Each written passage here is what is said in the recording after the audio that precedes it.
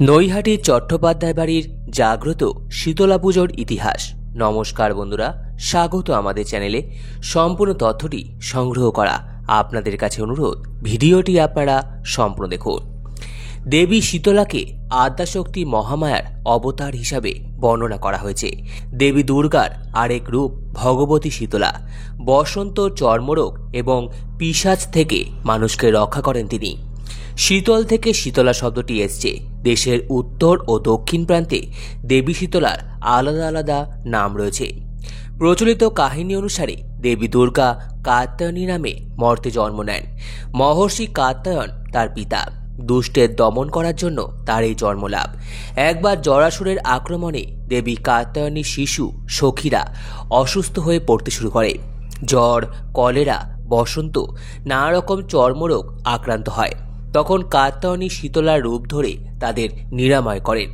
জরাসুরকে যুদ্ধে হারিয়ে পৃথিবীকে রোগ থেকে রক্ষা করার উদ্দেশ্যেই দেবী মহামায়ার এই রূপ। তিনি জ্বরের রোগীদের শীতলতা প্রদান করেন।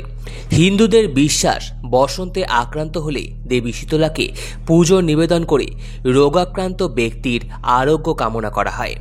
এই বাংলার নানা স্থানে দেবী শীতলার মন্দির রয়েছে যুগ যুগ ধরে। নৈহাটিতেও রয়েছে বেশ কিছু প্রাচীন মা শীতলার মন্দির। নৈহাটির এক বহু প্রাচীন শীতলা মন্দির স্থানীয় ও পার্শ্ববর্তী অঞ্চলের মানুষের শ্রদ্ধা, ভক্তি, আবেগ, আস্থা ও বিশ্বাসের কেন্দ্রবিন্দু নৈহাটির বড়া শীতলা বাড়ি।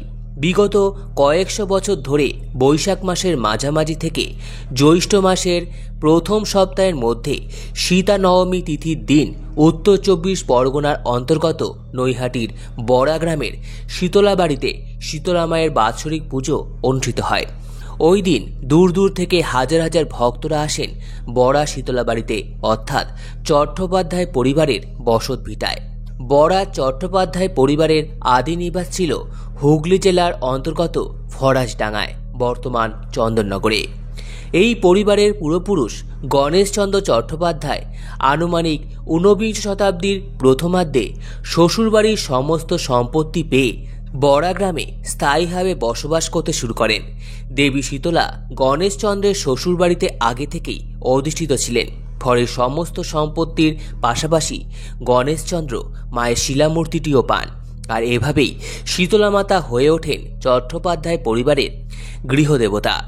গণেশচন্দ্রের পর তার পুত্র রাখালচন্দ্র এবং তারপর পুত্র পরম্পরায় অময়লাল থেকে কমলাকান্ত হয়ে বর্তমান কমলাকান্তের পুত্ররা রবীন্দ্রনাথ, খড়গেন্দ্রনাথ, সুশীল কুমার মায়ের নিত্য সেবা কার্যে নিযুক্ত হয়ে আছেন।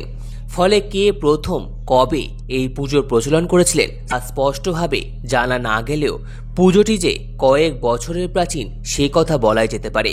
নিত্য পুজোর পাশাপাশি সীতা নবমী তিথির দিন মায়ের বাৎসরিক পুজো অনুষ্ঠিত হয়। এই বাৎসরিক পুজোর অন্যতম বিশেষত্ব হল এখনও পার্শ্ববর্তী ৩২টি গ্রামে ঢেরা পিটিয়ে পুজোর খবর জানানো হয়। পুজোর দিন সমস্ত গ্রামের প্রতিটি বাড়ির অন্তত একজন নির্জলা উপাস করে দুধ, ডাব, গঙ্গাজল দিয়ে মায়ের কাছে পুজো নিবেদন করে চরণামৃত ও প্রসাদ গ্রহণ করেন এবং মায়ের নিয়ম অনুসারে ওই দিন তারা খই ও দুধ খেয়ে থাকেন। বছর ২৫ আগে পর্যন্ত এখানে প্রচুর পাঠা বলি হতো। বলিদান বন্ধ হয়ে গেলেও বাৎসরিক পুজোর দিন এখনও বহু মানুষ এখানে দণ্ডি কাটেন, ধুনো পোড়ান কিংবা মায়ের কাছে বুক চিরে রক্ত দেন। বাৎসরিক পুজোর দিন মায়ের স্নান পর্বটি হয় দেখার মতো। একটি বড় পিতলের হাঁড়িতে ২৮টি ডাব, দুধ, ঘি, মধু, গঙ্গাজল, গোলাপ জল, কেওড়া জল, দই, সন্দেশ, বাতাসা, চিনির সন্দেশ এবং সবশেষে অগরু দিয়ে মাকে স্নান করানো হয়। এই স্নান পর্বের পরেই শুরু হয় সাধারণ মানুষের পুজো নেওয়া, যা সারাদিন সমানভাবে চলতে থাকে। সন্ধেবেলায় মাকে অন্নভোগ দেওয়া হয়। ভোগের আয়োজনটিও উল্লেখ করবার মতো, বিশেষ করে পায়েস রান্নার ব্যাপারটা। হাজার হাজার মানুষের দেওয়া পুজোয় যে দুধ পড়ে বড় পিতলের হাঁড়িতে, তা জাল দিয়ে ফোটানোর পরেও তা ৫-৬ হাঁড়ি হয়ে দাঁড়ায়। ওই দুধের মধ্যে আতপ চাল আর পুজোর পড়া নিদড়ি ও বাতাসা দিয়ে রান্না করা হয় মায়ের ভোগের পায়েস। ভক্তদের মতে সেই পায়েসের স্বাদ অমৃততুল্য।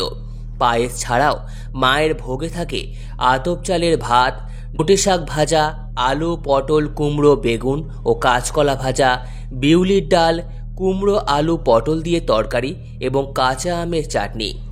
32 গ্রামের ঢোল পিটিয়ে পুজোর কথা জানান দেওয়ার রীতি ও ওই সমস্ত গ্রামের মানুষের পুজোয় স্বতঃস্ফূর্তভাবে অংশগ্রহণের মধ্য দিয়ে স্পষ্টই বোঝা যায় সূচনাকালের দেবী শীতলা এই বিস্তীর্ণ অঞ্চলে গ্রাম্য দেবী ছিলেন। যেহেতু এই পরিবারে প্রথম থেকেই হাম পক্সের চিকিৎসা চালু ছিল, ফলে ওই রোগের প্রকোপ দেখা দিলে এই সব গ্রামের মানুষজন ছুটে আসতেন বড়া শীতলা বাড়িতে। এখন আর চিকিৎসা চালু না থাকলেও এই অঞ্চলের কারো হাম পক্স হলে আজও মানুষজন বড়া শীতলা বাড়িতে আসেন, নিয়ে যান মায়ের চরণামৃত এবং রোগ সেরে যাওয়ার পর মায়ের কাছে পুজো দিয়ে যান। সকলের ধারণা মা এখানে অত্যন্ত জাগ্রত। সম্পূর্ণ ভিডিওটি দেখার জন্য আপনাদের সকলকে অসংখ্য ধন্যবাদ। ভিডিওটি ভালো লেগে থাকলে লাইক, কমেন্ট, শেয়ার এবং চ্যানেলটিকে অবশ্যই সাবস্ক্রাইব করুন। ধন্যবাদ।